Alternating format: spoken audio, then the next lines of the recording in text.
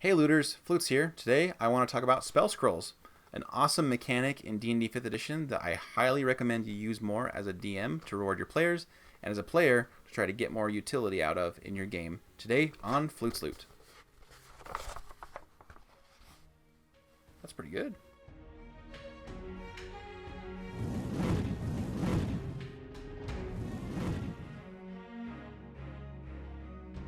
Before I get too far into the video, I want to remind you that my wife Opal and I run this channel, and we run flutesloot.com, linking to this channel.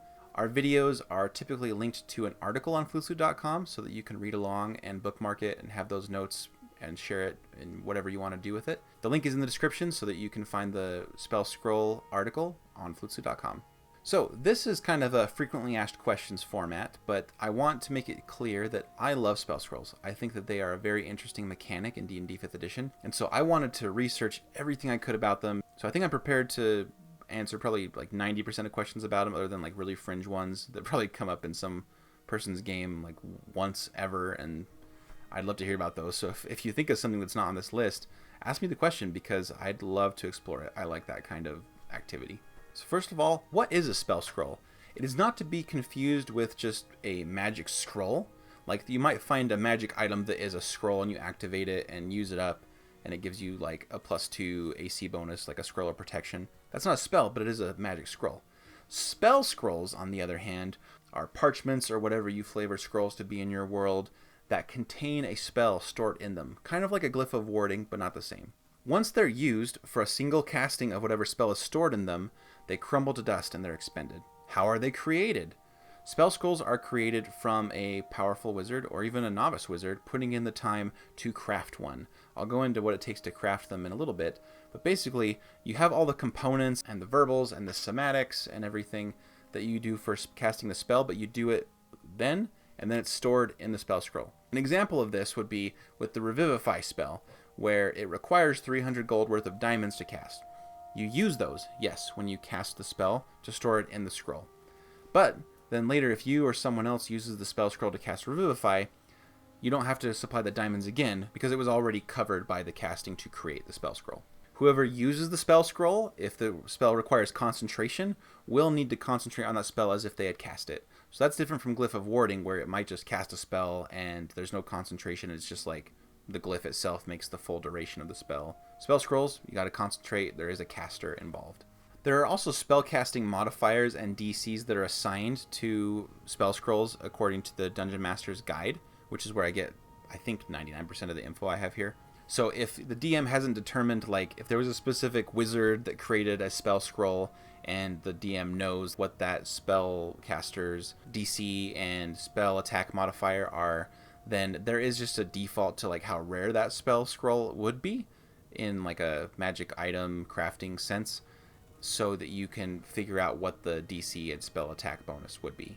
In other words, if you're a level 1 character who's using a spell scroll, if a very powerful wizard created that spell scroll, it's going to be a very potent spell. It won't be dependent on your own spell casting ability. In order to create a spell scroll, we use the crafting magic items information found in the Dungeon Master's Guide. Keep in mind that the time and cost to create a spell scroll is halved from regular magic items because it is an expendable magic item, or a consumable magic item. Consumable meaning that when you use it, it goes away. It's not like a magic sword where you use it over and over again, and there's not really a limit to it.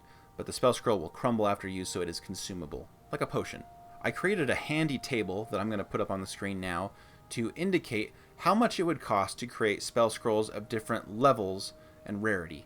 The leftmost column is rarity, which, if you go to the third column, is equated to a certain level of spell that is stored inside of it. Then you can see how much gold it will cost. Remember to look at the row for consumable items, not the non-consumable items. So a level 1 or cantrip spell in a spell scroll would cost 50 gold to craft and 2 crafting days. Whoever crafts that scroll must be at least level 3. You can check that out on my article. You can find it and save that image over there, or if you have like a screenshot thing, you could take it right now, I guess, and save it to your computer. Very handy to have for any crafting you do, as it differentiates between consumable or non-consumable and gives spell level for anything that is relevant to that. If you're an Order of the Scribes wizard, you have it even more. So it would take so little time and effort for a wizard of the Order of the Scribes to create spell scrolls and divvy them out in the party or save them for themselves. Very handy ability to have. If this is piquing your interest on crafting magic items, don't forget to check out Opal's video and article on that topic. It's one of her most popular articles ever, and people link to it all the time. It's a very handy resource for anyone using magic item crafting in their games, so I highly recommend it. Real quick, I will mention that there are separate costs for spell scrolls if you're playing Adventurers League. There's a table in my article that goes over that specifically. Well, not really a table, it's a list of what level of the spell is and how much it would cost. So if you're playing Adventurers League, reference that instead of the usual crafting magic item rules from the DNG.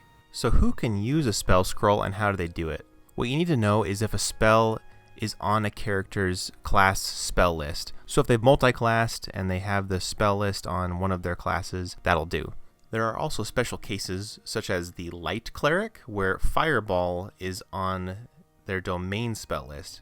Clerics can't normally get Fireball, but a Light Cleric can. So a Light Cleric could use a spell scroll of Fireball. And then once you've determined that the spell on the spell scroll is on your spell list for the character, then you look at what spell slot it is. So if it's Fireball, but you're only a level 4 wizard, you don't have level 3 spell slots yet. So this spell is greater than your own spell casting, but you can still try to cast it. But you will need to roll a skill check to see if you succeed. The level 4 wizard with this Fireball example would need to roll a skill check with its spellcasting ability modifier, which is its intelligence. The DC for this skill check is 10 plus the level of the spell in the spell scroll. On a success, they cast the spell and the spell scroll turns to dust. On a failure, the spell fails, it doesn't go off, and the spell scroll still turns to dust. So it is risky. It's pretty interesting that a spellcaster of any level could attempt to cast a very powerful spell from a spell scroll. Of course, it's risky. But in theory, a level 1 wizard with a spell scroll of Meteor Swarm could attempt to cast Meteor Swarm as just a level 1 character.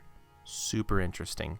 So my question coming into this was, can thief rogues use spell scrolls? They can cast spells from spell scrolls from any class as long as they're level 13 and have the use magic device feature that thieves get. This allows them to ignore requirements like class or level for using magic items, and the spell scroll counts as a magic item. Unfortunately, since it's a magic item, this does mean that rogue thieves cannot use it with their level 3 ability Fast Hands to use it as a bonus action.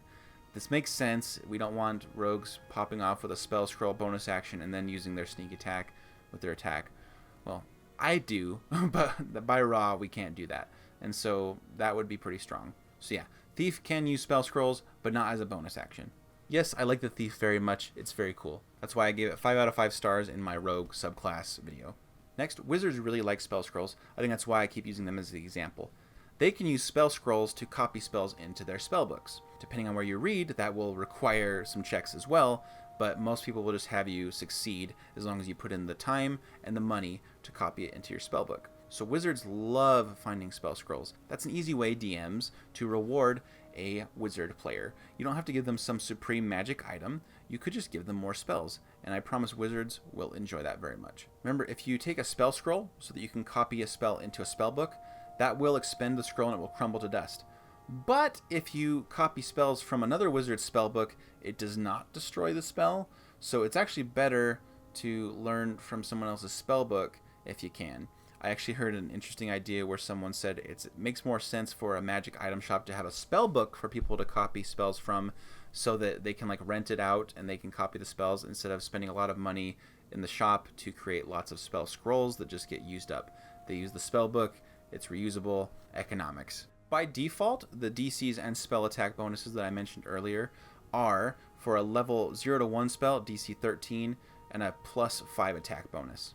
When you get up to the legendary level 9s, their DC is 19 with an 11 spell attack bonus. And then everything in between is kind of just a range on that spectrum. By the book, you can't store spells in anything but a scroll. There's no like support for that. But clearly Wizards of the Coast has been moving people towards having freedom to flavor their game as they want.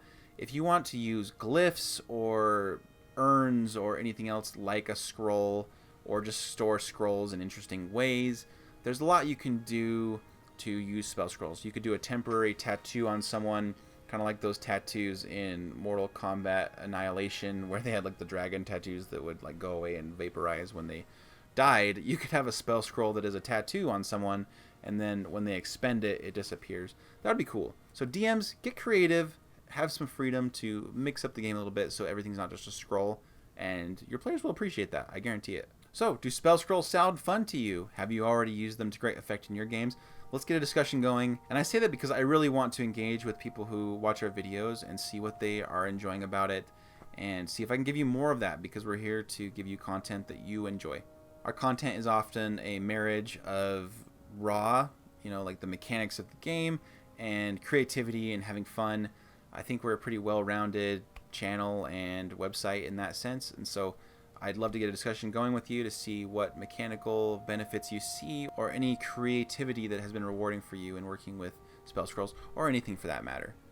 Anyway, that's all I have for you today. I hope everyone has a wonderful adventure this weekend. Hope you subscribe so you can scry on us in our next video, and the next one, and the next one. We're going to keep creating content that is for you. I'll see you in that next video. Bye.